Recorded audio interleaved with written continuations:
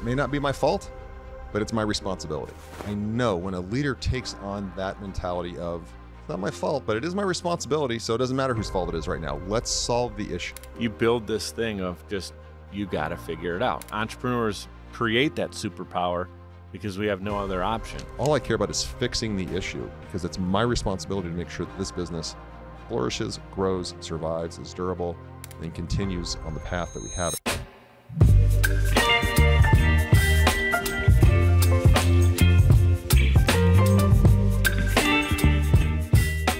Our guest today is the founder, co-founder, and CEO of multiple 7- and 8-figure businesses in health and wellness, outbound sales, and also franchising industries. After 25 years in corporate America as a leader and C-level executive, he made the transition into entrepreneurship in 2017. Sound familiar? He hosts the popular podcast ThriveMore, where he interviews guests about business, health, and wealth. Welcome back to the show, my friend, Roger Martin. Hey, glad to be here. Thank you very much, Mike. I enjoy the opportunity. Thanks. Yes, sir, man. Really excited about your new book as well. Congratulations on that. It's called An Insider's Guide to Business Secrets from an Entrepreneur's Playbook. And guys, if you're tuning in on YouTube, Apple, Spotify, we appreciate you being here. And I want you to know all of Roger's links are clickable in the show notes, his website, his social media, and of course the book. And I'm super excited. I have not finished the book. I've thumbed through it, Roger, and just excited about what you got going on with the book. Congratulations.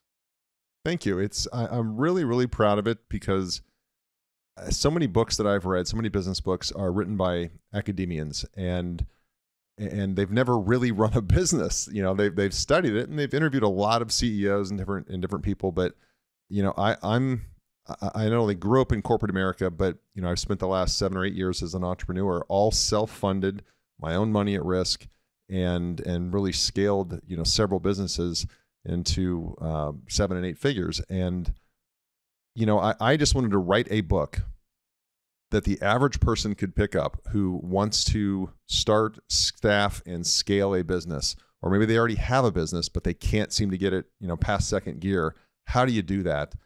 And in this book, An Insider's Guide to Business, I really keep it, the principles are simple and the stories then support the principles so that you can remember it and you can apply it in your own business or your own life.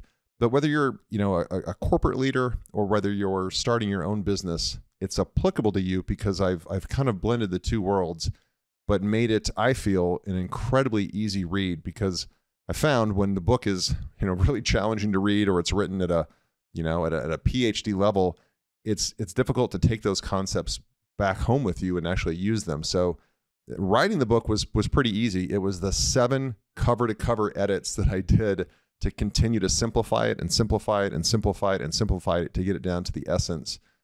That's honestly what I'm most proud of is that you know, anybody could pick up this book and when they finish it, they're going to be a better leader. They're going to understand sales, marketing, branding, how those are all different and how they play on each other, finance, operations, but not, you know, like you don't have to be a CPA to understand the finance section. I'm going to break it down to the 4 key KPIs you need to watch if you're building a business. And there's other things you can look at, but what are the 4 things that if you don't pay attention to, you're definitely going to be in trouble? And I really do that throughout the book to take it down to the essence of what you need to build a great business, a sustainable business. And that is why I wanted to have you back on the show. So guys, the original conversation I had was episode 193 of Mic'd Up, and that's when we get a little bit into Roger's backstory and kind of how he became an entrepreneur, some of the things he did in the pharmaceutical industry previous, and how he was a C-level exec and made the transition into entrepreneurship. So if you want that conversation, it's there, episode 193. Dive into that. Then you can come right back here. Now we're going to get dirty. We're going to roll our sleeves up. This is a little bit more of a workshop into entrepreneurship. And, you know, I actually didn't realize, Roger, that you and I both became entrepreneurs in that same year, 2017. So somehow I never made the correlation. What would you say has been your favorite part of entrepreneur? Before we get into the workshop side of things, what has been your favorite part of entrepreneurship so far? Unexpectedly, it is providing and creating jobs. I have 2 brands, Rockbox Fitness and Beamlight Sauna, 2 franchise brands, and then some other companies around those. But the fact that here in the home office, we have 27 people employed, full-time employees, W-2 employees, and out across the nation in the different studios, the Rockbox Fitness local studios that are owned by franchisees, in addition to Beam Light Sauna, which is just blowing up. It's an infrared sauna studio concept, private infrared sauna suites that you can join as a member. But with Rockbox alone, we probably have 600, maybe 700 jobs. And then with Beam in the very short, in the next year, we'll have another 700 jobs that have been created. And it's funny, I never thought about that, and I never had an appreciation for it until it started to happen. And I realized, holy moly, we are contributing to the economy. We're actually doing the American dream, not just from building wealth and building companies, but actually employing people and giving them a chance and giving them a stepping stone onto maybe their next job, or maybe this is where they build their career, and we can continue to have opportunity for them to grow in that career. And that is something I didn't have as much of an appreciation for that I really do now. And I talked to other entrepreneurs before, and they had mentioned, they'd provided jobs and they felt good, and I didn't quite understand why, but when you do, it's an amazing feeling. Yeah. See, I didn't realize that as well. I mean, one thing that's exciting is you just said 27. And so I think the first time you were on the show, it was like 22. So there's 5 new people just in a couple short weeks. It was maybe 2 months ago you were on. So really exciting to see your growth in such a short time. But what I'd love you to speak to real quick is, so Rockbox and Beam, both doing extremely well. You're you're running ThriveMore, which is the umbrella over those companies. And then there's also, is Leverage Nutrition one of them too? Another company it's under that the you're same part umbrella. of, right? Yep. Yep. Yeah, so it's all under the umbrella. But what I never really thought about is, so those companies did not exist prior to 2017. They're all really your brainchild coming together, and you've built it to a 600-person organization essentially in 7 years? Yeah, and I definitely don't want to take full credit for it being my brainchild. So this I owe a lot to. I own all of Rockbox Fitness now. I ended up buying out my partners, and they were just at the end of their investment horizon. It just made sense. But I owe a lot to the partners that I had in Rockbox Fitness, and my original partner Rockbox, and then my the third person that we brought in. And then just with Beam too as well, Cynthia Wagner and Jeff Duden, who are my business partners in that. So you can't create a business. I mean, I guess you could, but man, I really feel that the journey is faster. It's more enjoyable. It can be more contentious at times, of course, but you get better thinking when you have true equity partners who have written hard checks into the business, have written, real six-figure sizable checks or multi six-figure checks in the business to, just make sure everybody is fully bought in. So thank you, but I can't take that compliment without giving them some credit, and a lot of credit. Well, that's going to be one part of what we talk about today is the people side of business. I mean, organizations are great organizations because of the people within them, the leadership within them. We all know that. But I appreciate you taking time to, give Cynthia and Jeff some love because, yeah, they're a big part of what you do and currently what you do as well. But I was just kind of curious. I'm trying to put myself in the world of scene. I'm trying to be at the coffee shop when the three of you might be hanging out, or if it's a Zoom call, whatever. And they're kind of helping you realize this dream. But are you kind of the one running with the ball though? Yeah, I am the CEO. So one of my favorite sayings, it's actually in my book, I make a point of it, is it may not be my fault, but it's my responsibility. And I think when a leader takes on that mentality of, it's not my fault, but it is my responsibility, so it doesn't matter whose fault it is right now. Let's solve the issue. And so quickly people, they rush to try to find the person responsible. Who do we blame? What do we blame? What circumstance? It doesn't matter. This is business, and it's all out war. It's capitalism. You have to fight and scrap for it. And I love the game of that. So yes, I'm the CEO, and at the end of the day, I'm 100% responsible. I have a great team who helps me execute on these plans, and they help me develop these plans. But if there is a person at the very end of the day that has to, the buck stops there and has to be holding the baton, yeah, that's me. And I've I feel honored to have that position, and I take it very seriously because there are a lot of people have invested a lot of money, and there's a lot of, as we talked about, jobs at stake. And so I take my job, I love my job, I have fun, but I also take it very seriously. And I know, guys, I get the honor of working with Roger. I'm going to give myself a little self promo if you don't mind, but we do produce, Social Command produces ThriveMore, and we just had an incredible time working on the show and seeing it over the first 55 episodes, and that's current when we record this, but it's going to be many more than that when you guys are listening to this. And I'm taking this as an opportunity to shout your team out. I've done it. I did it on the first episode. I'm going to do it again. You got a great team behind you, and it's no surprise to see your success. And I just love whenever you and I interact, it's real quick. It's like you just said, entrepreneurs, just figure it out. I give you a question, Roger answers it. Sometimes it's one word, it's one sentence. There's no weeds to it. It's just, this is what we're going to do, and this is how we get it done. And something, in the last handful of years since I started in 2017, I've noticed myself just problem solving through everything now. We got family members trying to meet each other at a movie, and this person can't come because they're coming from here and they need to pick this person up. It's like, oh, maybe we shouldn't do it because like one person can't get there on time. It's like, no, we're going to figure this out.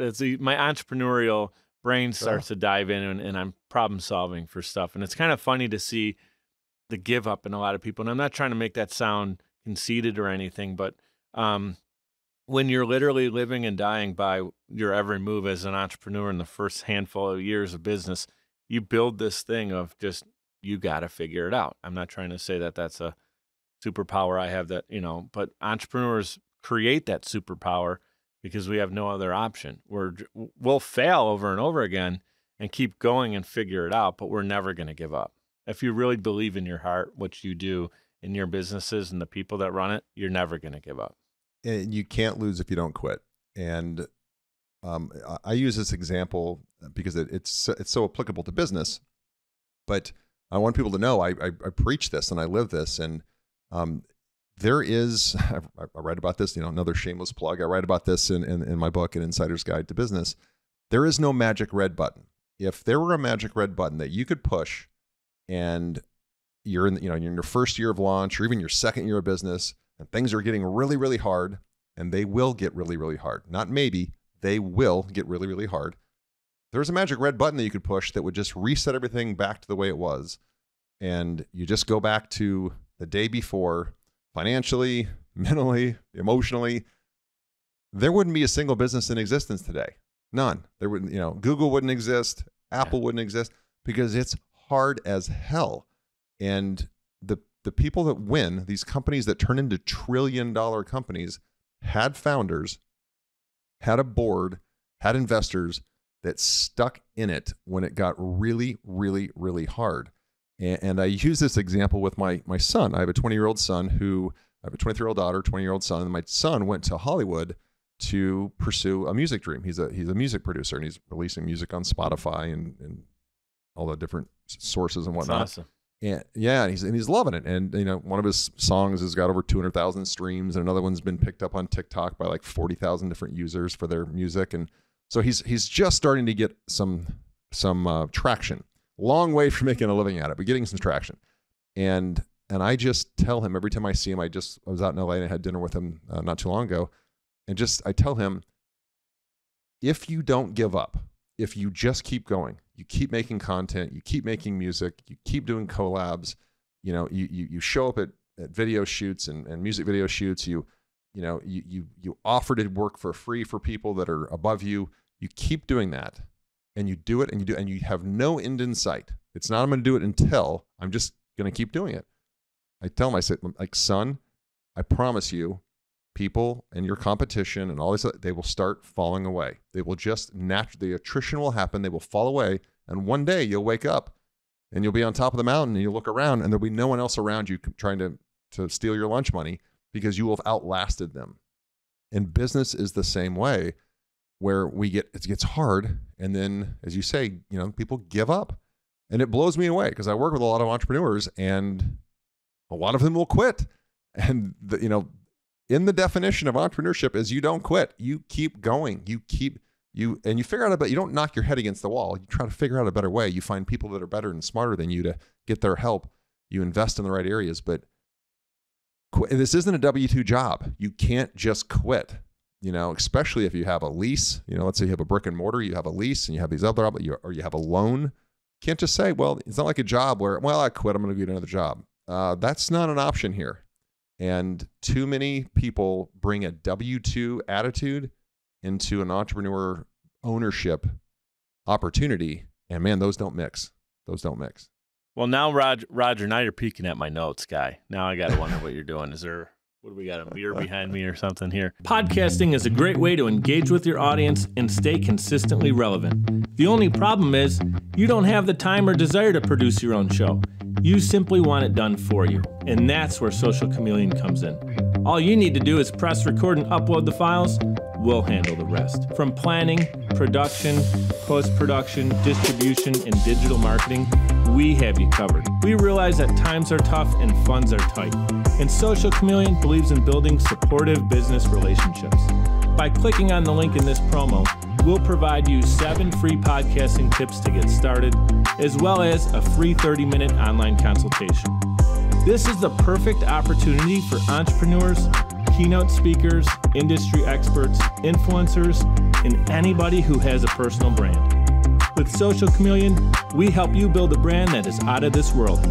We're ready and waiting, so what are you waiting for? Click on the link to get started today. Hey guys, it's Mike. I'd like to give a proper shout out to Navigator Bookkeeping. Look, for a long time, I ran my business without really understanding the full financial picture. I used my gut and my bank account balance to make decisions, which led to some poor choices and constant stress over my business's finances. I knew something needed to change. At the beginning of 2021, I made a decision that helped pave a more clear path for my business. I started working with Navigator Bookkeeping. Since then, my bookkeeping has been handled for me. I now understand the full financial story of my business, making important financial decisions much easier now, and it helps me plan for where my business is going. I highly recommend giving Navigator Bookkeeping an opportunity to help your business. Check them out at navigatingyourbooks.com. Again, that's navigatingyourbooks.com. It's time to know the full financial story of your business. I was just going to ask you, man, what's the biggest difference? Because I was in leadership. I was a store manager at Sleep Number, which, I was very proud of that, but I was not a C-level executive of the company by any means. And we did have some great people in leadership there that I got to know at different award ceremonies and stuff, but I wasn't on to that level. You've been there and wore the hat and got the T-shirt and the pencil and all the stuff that you get, right? The fancy office. But no, for being serious about it, what's the biggest difference in your opinion, working in corporate, right? Corporate leadership versus running your own business? Yep. In corporate America, I did very well. Again, I ascended from a sales rep all the way for 25 years up to a C-level, a chief operating officer position. And the leadership skills, the persuasion and influence skills, innovative problem solving, all of those traits are transferable, and they're very important in corporate America. And again, I don't want to take anything away from corporate America because it taught me so much of what I know today. And there was so much training and investment in me. And I gave a 10x return back to the company for that investment. But I would say that the difference between working for a company, let's just say for a company, versus working for yourself is 2 things. One, you're always the last to eat when you're an entrepreneur. You're always the last to eat because try not paying your employees 1 paycheck because cash gets tight. They don't say, oh, we get it. We understand. No problem. We'll hang out till night. They don't show up the next day, and for good reason. So you get paid last, you eat last. And 2, again, it may not be your fault, but it is your responsibility. And in corporate America, man, I spent 25 years in that Shark Tank, and there's a lot of he said, she said, not my fault, it's their fault, this happened, that happened, the weather happened, the economy happened, blah, blah, blah. And everyone's trying to justify what happened because they don't have control over their ultimate destiny because they can get fired. And so you have to find some type of scapegoat to get that pressure or that focus, that spotlight off of you. At least I found that to be the case. A lot of times in corporate America, I would watch my colleagues play the blame game because they didn't want that spotlight on them. Where in entrepreneurship, you're like, look, the spotlight's on me. It's always on me. It never turns off. So I don't really care whose fault it is right now. I'm going to figure that out because I don't want to repeat the same mistake. All I care about is fixing the issue because it's my responsibility to make sure that this business flourishes, grows, survives, is durable, and continues on the path that we have it. And that, hey, let's figure out later what happened. Let's fix what happened right now. And I speak to this in the book. You have to figure out what the root cause analysis is. So why did it happen in the first place? Maybe it was a person. Maybe we have the wrong person in the job. Maybe it was some weird string of events and weather and politics and whatever. Okay, well then, did we have a contingency plan for that? No, we didn't. And so like COVID, yep, nobody saw that coming. Nobody. I start the book off with an example of that, of like, was it the zombie apocalypse? Like, what is going on here? Nobody knew. And yes, there was very few, if any, companies had that type of contingency planning available. Today, fast forward to today, we're recording this in 2024. You can bet that the best companies, good companies, have contingency plans for, if not a pandemic, something similar that would be, global, worldwide, catastrophic. And they have a plan in place now because they went back and did root cause analysis and said, okay, how can we avoid this in the future? It wasn't our fault, but it is our responsibility to make sure we have the answer next time something like this happens. Yeah, really well said, Roger. And I appreciate your insights there. Having that role, being in that seat, and having that vision, and also the experience to talk about it. I mean, it's really valuable. A lot of times people talk about different things they've read in a book and they give their perspective on it, but you've lived that life and you've taken a lot of the great things that you learned, and I see it. You're applying it now in real time in your business as an entrepreneur, and I think that's awesome. What I want to talk about real quick is the three main pillars that I kind of teased earlier, which is, to scale a business, you really need to have a great plan, you need great people, and as you know, you need great processes, right? You talk about those three things in different ways in your book. In your experience, what are the best strategies for scaling a business from, say, small to mid-size and then to large? Okay. So one, before we even go there, I would say that one of the first maybe issues or problems that an entrepreneur may find is that he or she thinks they have a great idea or a great product, right? So we haven't started yet, we haven't scaled yet, and the most critical part before you form your LLC and before you fund the bank account and tell all your friends is make sure there's a product market fit. So whatever your product or service is, your physical product or your service that you want to sell, run some tests on that. There's great feedback that you can get from running like a join a waiting list campaign, where you don't even have a product yet, but you can run ads for very little money. You can run, $400 or $500 worth of advertisements, and have a landing page, and then have a just joint, product coming soon, and be on the wait list, be first to get access, or service, being launched, or special brick and mortar, being built, property being acquired now, and be on the waiting list. If you don't get anybody to join your waiting list, you probably don't have a service or a product that is a good market fit, right? And then when they do join the waiting list, if you see a good, robust response to that, and that'll be a certain percentage, well, okay, now you're onto something. So now that you have that, obviously, you could go to market. I would say that the first step, the first pillar is around your plan, right? You mentioned it, your plan. I am not a huge believer in a 40, 50 page business plan, 100-page business plan, 200 slide deck business plan. I've built those. I've presented those. I get it. I've been there, done that, went to graduate school and had to do that for, and then when I was working in the pharmaceutical industry, I had to build these 200 slide decks to present to the board. That is an exercise in paperwork to justify your job, usually, in my experience. A good go-to-market plan, a good plan is 10 pages or less. there's a couple of great books written on 1 page or less. All the finite details aren't going to be in there. It's not the executional plan of the whole thing, but the actual go-to-market plan. If you can't get it on the front and back side of an 8.5 by 11 paper, you don't understand your market, you don't understand your product, and you don't understand your customer, because it should be a very clear niche that you're going after. And again, the farther that you niche down, the convoluted, the easier it is. Yeah.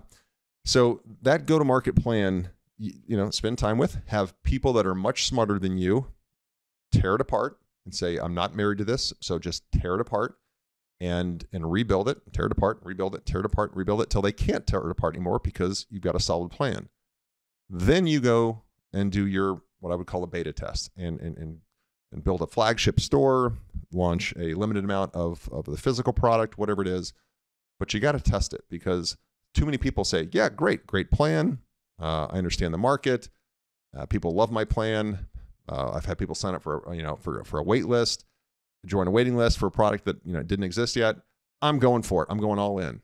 That is one way to do it, but and there have been success, and I've done that at times. But I am much more, maybe I'm a little bit older now, I'm measured in the risk that I want to mitigate the risk that I take. So I'd always do a flagship store. Let's test that. I would always do and just like we did with Beamlight Sauna, I built a flagship store. So Cynthia had a store. It was successful. It had room for growth, but it was successful. I built a flagship store, launched it with more revenue and more members, and surpassed her store within like the second month. And that's not because she doesn't run a good store. It's that we had applied so many learnings from her store and Rockbox Fitness, our other brand, the sales and marketing piece and all that. So I was able to go a lot faster. You had a once blueprint. We proved, we had a blueprint. And once we proved that flagship store was crushing it, then we started franchising. So we had her store, then we had my store. And again, it was her money, my money. So we weren't betting, private equity money or a bunch of pooled money. It was, out of my own checking account. And when we saw that worked, okay, now we've got a concept that we know we can repeat and we can build. I mean, it's only going to get better. It will only get better from here. So, so I go, I guess. I just had a conversation in another episode where it's kind of like, in baseball, for example, a player hits a home run, but is it because of what they're doing at the batting cages, their mentor, right, their hitting coach? Is it, the time they're putting in the off season? Or did they just have a swing that happened by chance to hit the ball over the wall, right?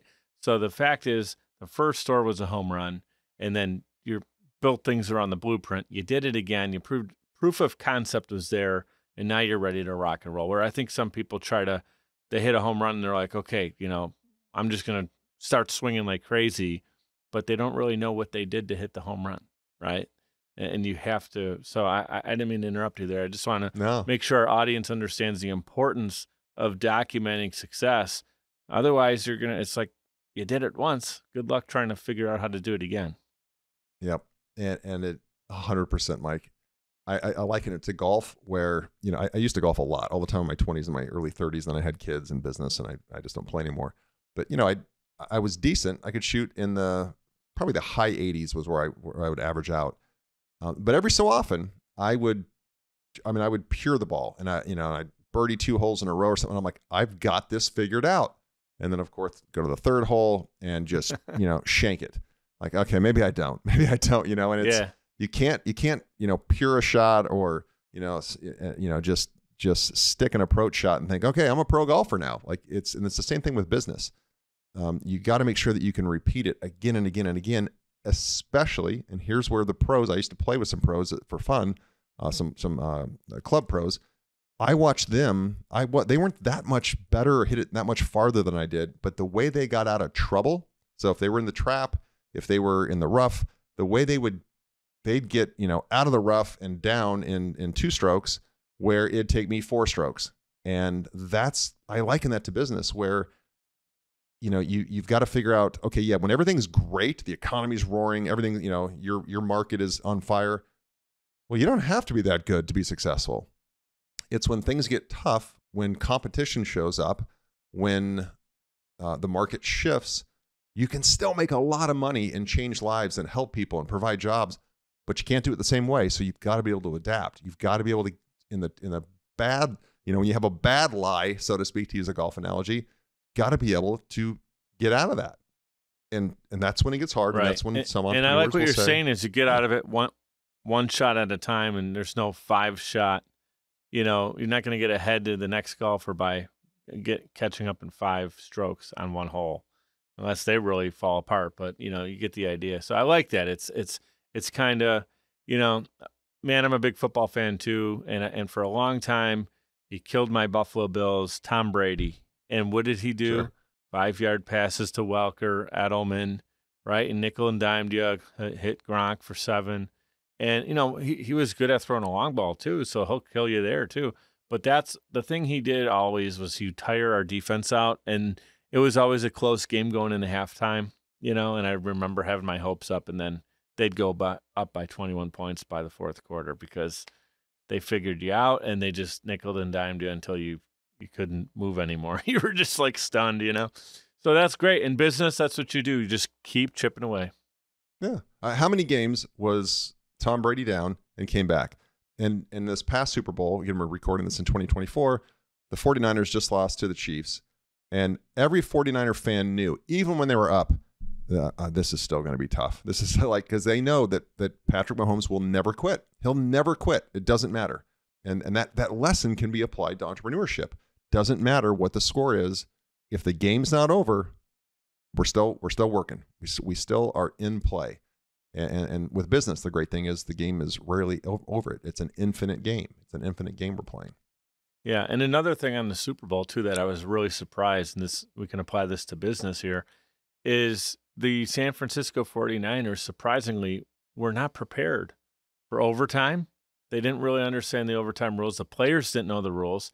And then you see Mahomes and Kelsey on the side celebrating like, oh my God, they chose to take the ball first. That doesn't make sense with the new rules. But the players are going to the coaches like giddy, like, did you see what they did? And the other coaches were just like, didn't know. And then there's actually audio and video of players on the 49er sideline going, oh my God, I didn't know that that's the new rule. Like, how do you prepare for a Super Bowl and get to that point with not knowing the basic rules of the sport that you play? And there were just different things like that throughout the game. There was a point where, I believe it was in the Super Bowl where, and I love Kittle, or George Kittle, great player, but he was kind of like, I think he pushed a tackle down to the ground, like he made it, or it was not a tackle. A D end. He was blocking a D end. The D end's on the ground. There was a fumble behind him, but he was spending more time kind of horsing around with the player than going after the ball in the Super Bowl. Now it's like those little things. You're not going to beat Mahomes with those little things. I know I'm a Bills fan. The only time we've ever beat them, you have to play 100% clean game. So going back to business, it's preparation. It's never giving up. And it's nickel and diming your way through, because if you're trying to always hit a grand slam, the misses are big, and the best players in the league hit a grand slam like maybe once a month, right? So if they're lucky, maybe once a season. Some guys once a career they hit a grand slam. So if that's what you're spending all your time doing, you're missing out on all the base hits that are right in front of you to get around and then eventually score. Well, it's just, the next step in that, once you have product market fit and you've tested it, you've got proof of concept, you are going to have to scale. And the only way you can scale any size business is to have a team. And I know everyone, they hear that, they know that, but I'm telling you, if you listen to me now and hear me later, you have to have a team that you can rely on. And by rely on, I mean, you can give a request, sometimes in crisis, it's a command, whatever it may be, and give it one time and know that it will be done right and that it will be done well and on time. If you don't have that on your team, you don't have the right team. You just don't have the right team. Or this is in the book as well, you're not clear and concise in your direction, and they're not understanding it. A lot of times leaders get frustrated, like, oh, they don't know what they're doing. They're not listening to me. Well, are they listening to you? But the message you're giving is so confusing or convoluted and mixed in with a bunch of other stuff versus, a quote in the book I have from General Douglas MacArthur. Great generals don't give commands that can be understood. They give commands that cannot be misunderstood. And man, that quote is just, I share that with my leader. I have other people in here that lead other teams, other people. And I tell them when they, they'll leave a meet, they'll say something in a meeting, and I'll leave and I'll give them that quote and not too much more feedback, and just say, think about what you just asked them and how you asked them. And so many times we hear it in our own head, but what comes out of our mouth is very, very different. And it needs to be so crystal clear and concise that it cannot be misunderstood. And so I go in depth in the book around interviewing and hiring, because if you are mediocre at hiring, you are destined to fail. Or at worst, you are destined to be a mediocre company, because A players will hire A players because they want to work with other A players, but B players will hire C players because they want to feel like an A player. And if you have too many B players, well, they're going to hire all C players, and now you've got a C-level operation, and that is going to be, you're doomed. You're doomed for mediocrity. So I go in depth on competency selection, interviewing, and some other techniques, but also just the fact that we're in school, we're not taught how to interview, how to be an interviewee and be interviewed, or certainly how to be an effective interviewer. The fact that I went to business school and that was not a core competency that was taught is just shameful. It's shameful. And I don't know of a university that does teach that in an in-depth manner. And it's one of the most primary skills to build a business. Like if you're in business school, they should teach you how to be an effective, amazing interviewer to find the highest grade talent that you can. And last I checked, there may be like a week section, like a 1 week section or a chapter in a book on it. Man, that's a freaking course right there. Like that's it's hiring a team. How do you onboard? How do you keep people motivated? Just again, the reason I wrote this book is there's too much theory out there versus here's actually some real world in the front lines. Here's how you do it.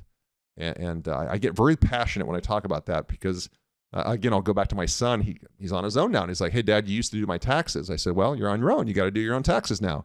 He said, how did I go all through high school, 12 years of school, and everybody has to do their taxes, and yet they didn't teach us how to do our taxes? I said, well, there's another failing within the formal education system. That should be a no-brainer. That should be at least a quarter dedicated to here's taxes and here's tax brackets and here's how it works and here's what a write-off is and here's how, but they don't.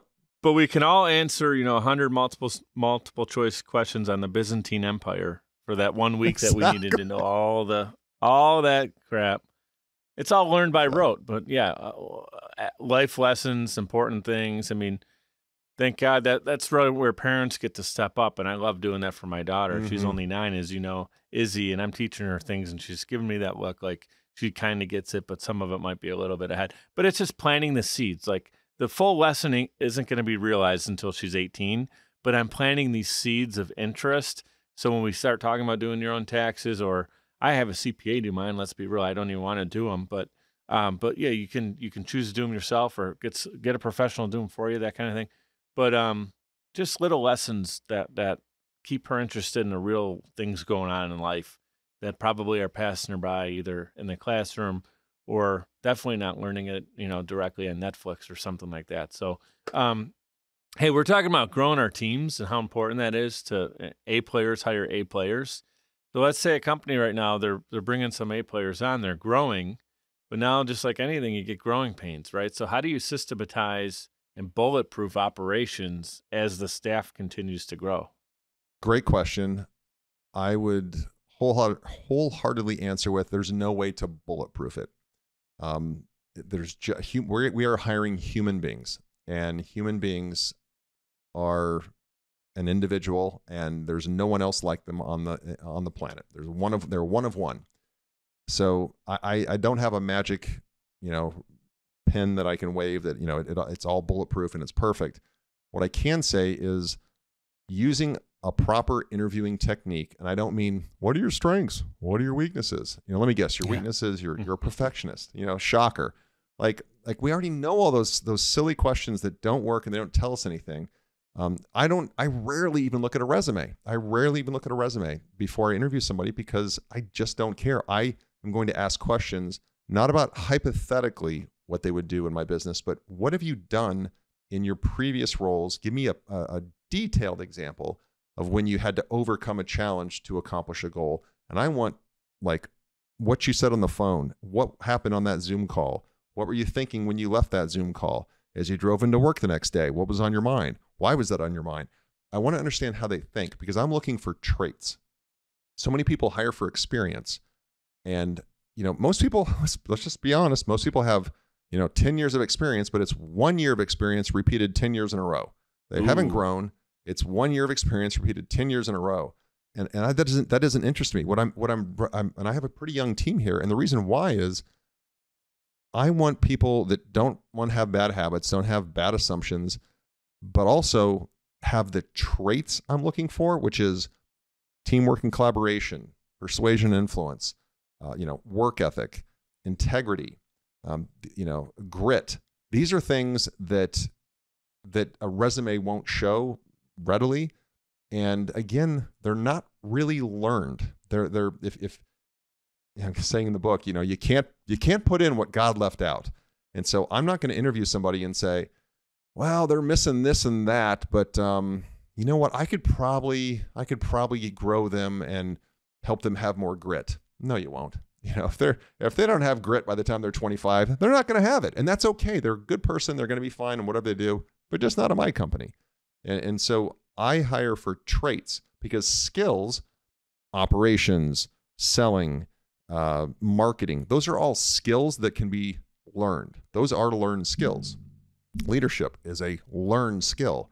And yes, there are born leaders in the essence that they, from an early age, their nature and their nurture combine to where they would take the lead in playing games with friends, or they would take the lead and pick up ball on the street. And that's their personality. And they took that through their life. But most leadership is a learned behavior.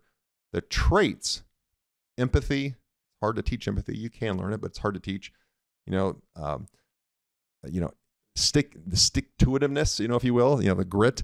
That is hard it's not possible to teach when a 40-year-old. You're not going to teach a 40-year-old how to have more grit.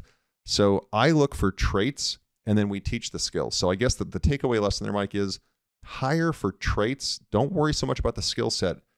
You can teach them that. Now, if you can find somebody with all the skill sets and they have all the traits, that's a no-brainer. And that's really what you're looking for. If you can afford that, that's what you're looking for. You don't let them leave there and make them an offer right there. Yeah. Exactly. So we're doing a new segment for you, Roger. Brand new for you. Rolled this out. Something that's exciting with Mic'd Up is I have a co-host that's going to be soon joining the show, Dave Ragosa, who's in franchising. He works at Ford's Garage right now, a VP in their franchising department. And he's coming on the show. His name's Ragu, right? A nickname. He calls me Mikey. I call him Ragu. So we're still going to be mic'd up. And I was thinking of some creative things that we can do to spice the show up. And one of them is this, and so I'm rolling it out early for you for the first time. It's called What Would You Do? All right. So you got experience, you got knowledge, you're an entrepreneur who I love and respect, and I know you're going to do great with these questions. But the idea of them is to put you in this scenario. Roger's dropped in, like imagine I pick you up and drop you in. All right. And so now what are you going to do? So that's the idea. Now, what would you do? You're planning to attend an important industry conference. What strategies would you use to maximize your networking opportunities and make valuable connections? 100%. I would be on LinkedIn and reaching out to people, not cold DMing them without, hey, that this person, I know this person. They said we should get together. I'm going to be at the same conference you're going to be at. Could you meet for coffee, lunch? I can meet you before breakfast, after for dinner, drink, whatever. But I would stack my calendar for that industry conference.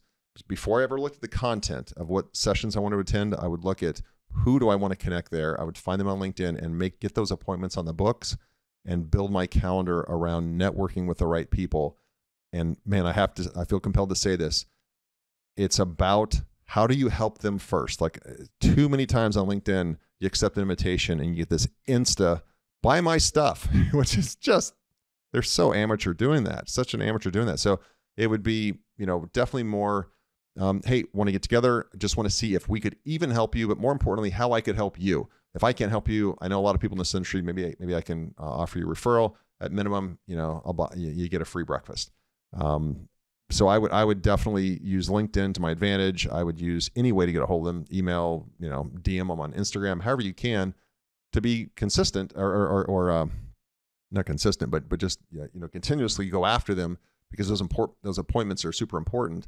And that's where I found industry trade shows the most valuable, because the internet, we can get the information we need that we're going to get at an industry trade show. Honestly, I've never gone to an industry trade show and been like, wow, that's going to change everything. I get nuggets. I definitely get nuggets from some of the talks and some of the panels, but it's the networking that you do there. And so that should be job one. Then figure out which sessions you want to go to. Love it. You're the CEO of a startup that has just received $1 million in funding. How would you allocate those funds to ensure the company's success and growth? So that's a big question, because it would depend on the entry level cost. It depend on, do you have to carry inventory? Is this a service? Right. So I'd ask you like 15 follow-up questions to that. But for the purposes of this exercise, instantly that all goes in the bank. And I would go back to my business plan and say, okay, where and when does the capital need to be deployed? I would keep my office if we had a rented office, minimal. You can always scale later and have nicer offices later. And then I would look for my first or second key hire that I could afford, which is probably going to be a younger person with that kind of budget. Doesn't mean they're any less qualified, just means they're younger in their career. And make sure that I only bring those people on as we hit certain milestones in the business that's already been outlined by the plan. What happens is people get that $1 million or $10 million or $20 million, or, in the case of these tech companies, $300 million, and they go crazy. They get great offices, they buy, all kinds of craziness and hire, a zillion people they don't need yet. No, you just have the money, you park it in a bank account, and then you draw on it when you need it. But you should operate as if that $1 million isn't there, because your plan should have already outlined, hey, I need $1 million to do this. Okay, now I got the $1 million that goes in the bank, and then I pull it out as I need it for these things. Dude, I am so glad that this segment right here so far has been so valuable. Like, guys, go back and check that out again, because there's some really good things in there. I'm excited for the segment and to see what other people are going to be rolling with too. I got a couple more for you. So imagine you're in negotiations right now with a potential investor for your business, right? What key points are you going to emphasize to convince them to invest? That's a great question. I would go back to my plan. I would make sure I have the latest and greatest on TAM, the total addressable market. So is your total addressable market 10 million, or is it a $1 billion market that you're trying to sell into? That's going to change the amount of risk that investor is willing to take. If there's a $1 billion upside in the market, they're going to take more risk. Two, I would show them the stewardship of the money I've already had and raised or used of my own capital. I think it's very important for investors to see that founders and CEOs, sometimes even VP levels, have written hard checks into the business, because that shows them, okay, this guy's not going to cut bait anytime after my money's gone, because he's got or she's got hard money into it. And then I would show them the path to growth. They have to see a path to a return, 3 to 5 times on their money in 3 to 5 years.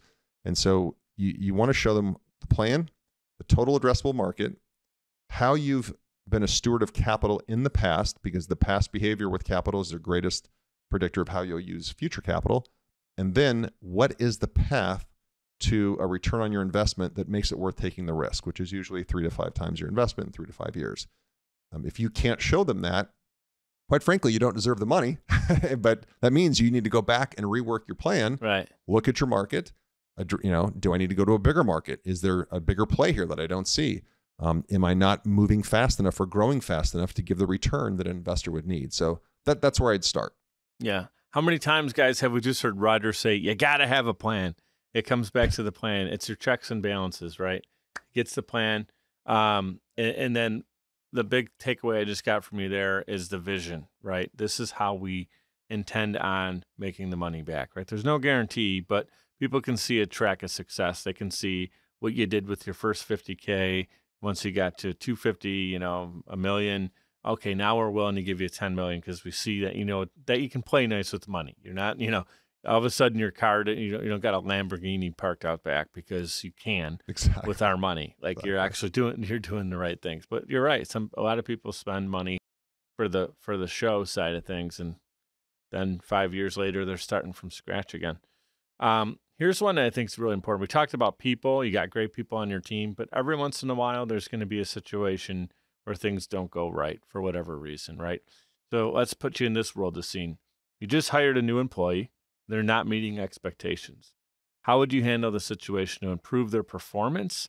Or how do you decide when you have to make that difficult decision when to let them go? That one's a little more straightforward to answer.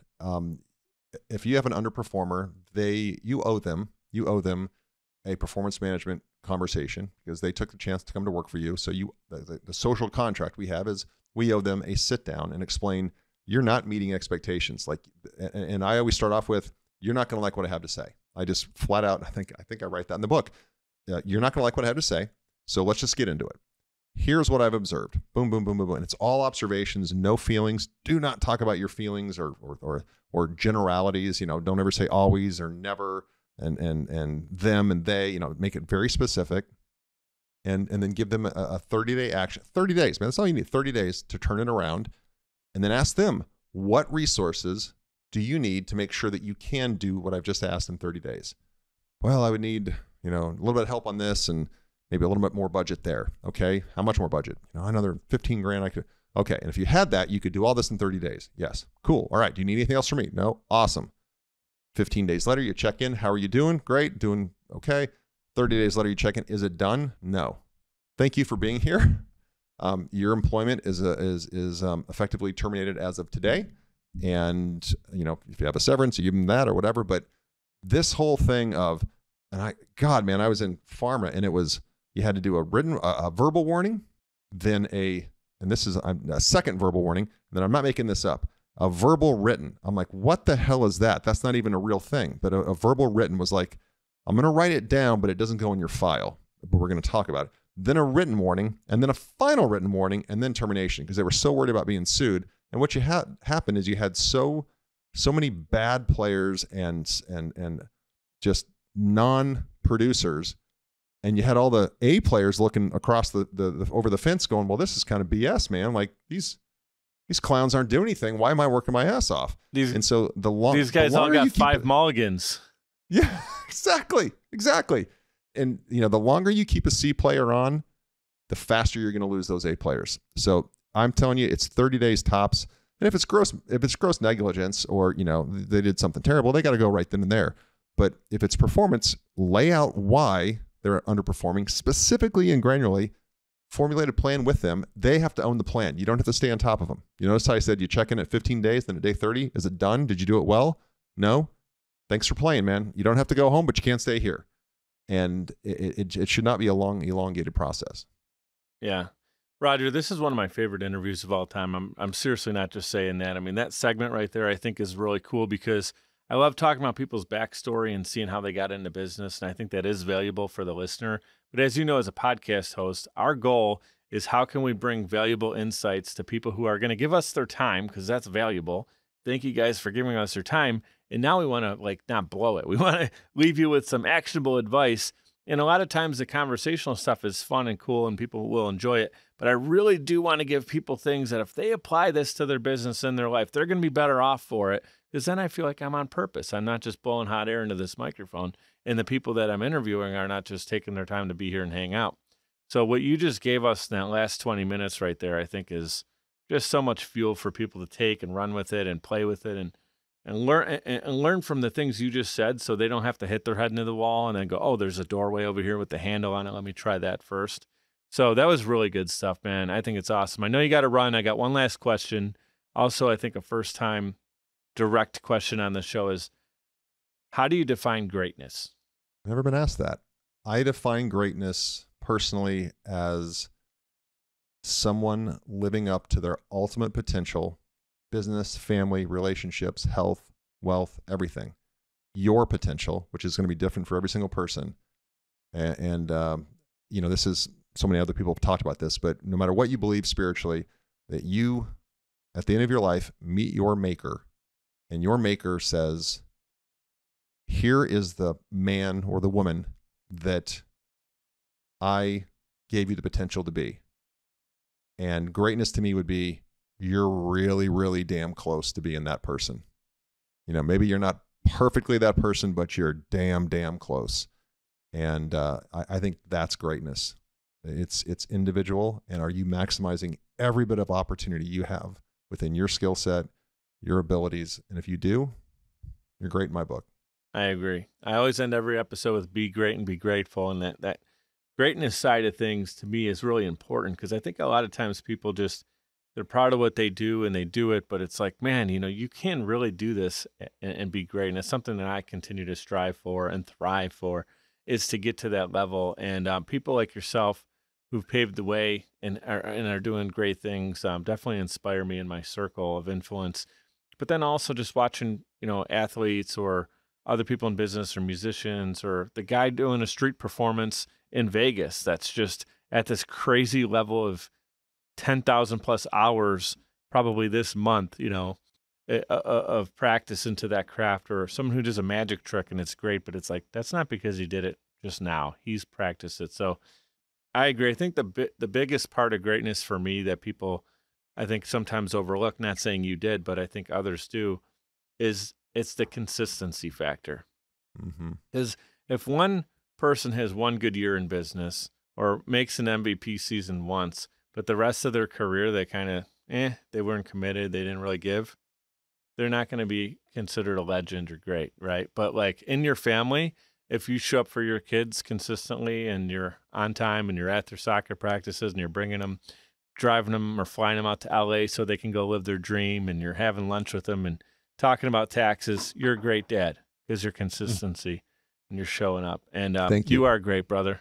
Thank you. I'm going to turn it on you and tell you, yeah, you're great at what you do. Keep doing it. Roger Martin, everybody. Check him out on ThriveMore. Get his book on Amazon. I got it in the show notes there. You're going to love it. And I'll tell you what, a lot of the conversations that we just had today are on ThriveMore. So if you love Mic'd Up, you're going to love ThriveMore. Go check it out. There's a lot of conversations that go deeper into the hiring process, recruiting process, franchising, entrepreneurship. So there's no shortage of great content over there. So check it out.